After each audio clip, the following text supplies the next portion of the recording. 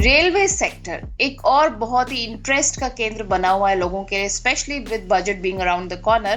तो railway sector पे doctor Ravi की दो धुरंधर पिक्स कौन से हैं? देखिए, मैं सिर्फ आप जब रेलवे की बात कर रहे हैं तो मैं रेलवे से सिर्फ दो स्टॉक पे ही बिड करूंगा, और इन्हीं दोनों स्टॉक्स पे मोमेंटम भी रहेगा।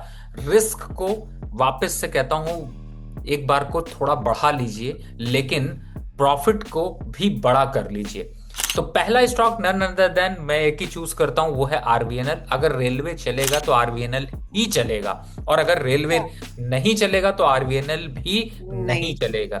तो यहां पर इस समय आरवीएनएल का आप चार्ट देखेंगे तो आपको काफी खुशी मिलेगी। क्यों खुशी मिलेगी? देखिए मैम, फिर मैं वापस आता हूं। हम लोग वापस देखिए आरवीएनएल पे हमेशा चर्चा करते हैं। ये मैंने लास्ट टाइम बनाया होगा नवंबर में, और इसका टारगेट ये रखा था। इसको अचीव होते होते जनवरी लग गया, लेकिन आपने ये देखिए कि ये टारगेट अचीव हुआ है। दिख रहा है आपको? बिल्कुल बिल्कुल। तो इसका मतलब है कि जब नई चाल है वो फिर से यहीं पर सेम रिवर्ट करती हुई नजर आएगी।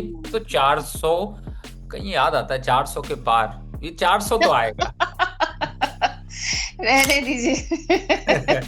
तो लेकिन ये वो 400 के पार आए ना आए, लेकिन आपको प्रॉफिट जरूर पार करा जाएगा। अब इस समय चल रहा है 335। रिस्क रिवॉर्ड रेशियो में देखें तो बड़ा छोटा सा स्टॉप लॉस बनता है, और वो बनता है 300 रुपए का, लेकिन चाल बननी की कम से कम 70 रुपए की। तो 400 390 के टारगेट के लिए दोबारा यहां पर बाय करने से बिल्कुल नहीं डरना चाहिए, और यहां पर बाय करके रखना चाहिए।